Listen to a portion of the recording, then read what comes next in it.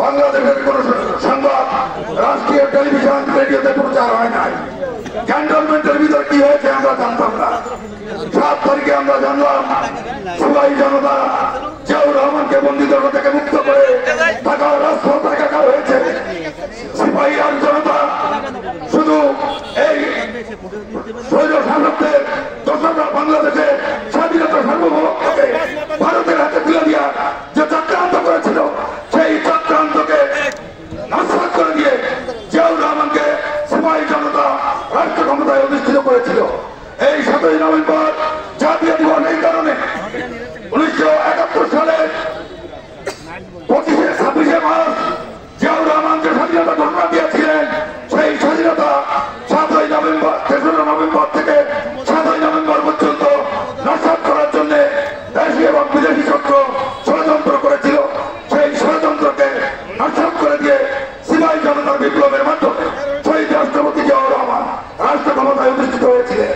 থেকে 75 সালের 15ই আগস্ট পূর্ববর্তী সময়ে আওয়ামী দুঃসাহসে সেনা অফিসাররা যারা নেতৃত্ব দিয়ে শেখ মুজিবকে সপরিবারে হত্যা করেছিল, এর পিছনে ছিল তার দলে বাকশাল। এই বাকশাল এই প্রথাকে বাতিল করে উনি বহুদলীয় গণতন্ত্র প্রবর্তন করেন। বাংলাদেশের গণতন্ত্র বাংলাদেশের অর্থনীতিকে মুক্ত করতে পেরেছি। ইনশাল্লাহ আগামী দিনে বাংলাদেশ জাতীয় রাষ্ট্রকে শক্তিশালী করে ভারত থেকে বিপুল ভোটের মাধ্যমে জয়যুক্ত করে জাতীয়তাবাদী দলের সরকার প্রতিষ্ঠাই হচ্ছে আমাদের একমাত্র লক্ষ্য। আপনারা সেই লক্ষ্যে এই রাজনীতি শুরু করেছিলাম 17 বছর আগে। আমার বড় ভাই তিনি এখানে অবাক হওয়ার কিছু নেই। এই মিছিল আসছে, চলো আর নেতা হবেন। আর এখন দুরুপয়োগ করার জন্য আওয়ামী লীগের লোককে দুরুপয়োগ করতেছেন না, তাদের বিএনপি ঠাই হবে না। আওয়ামী লীগকে 16 বছরে আপনারা গায়ে দুটো গায়ে আপনাদের শিক্ষা হয় না।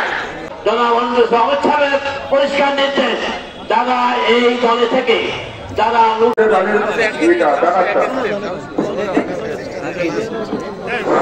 74-এর দুর্ভিক্ষে মাত্র 12 থেকে 15 লক্ষ লোক না খেয়ে মারা গেছে।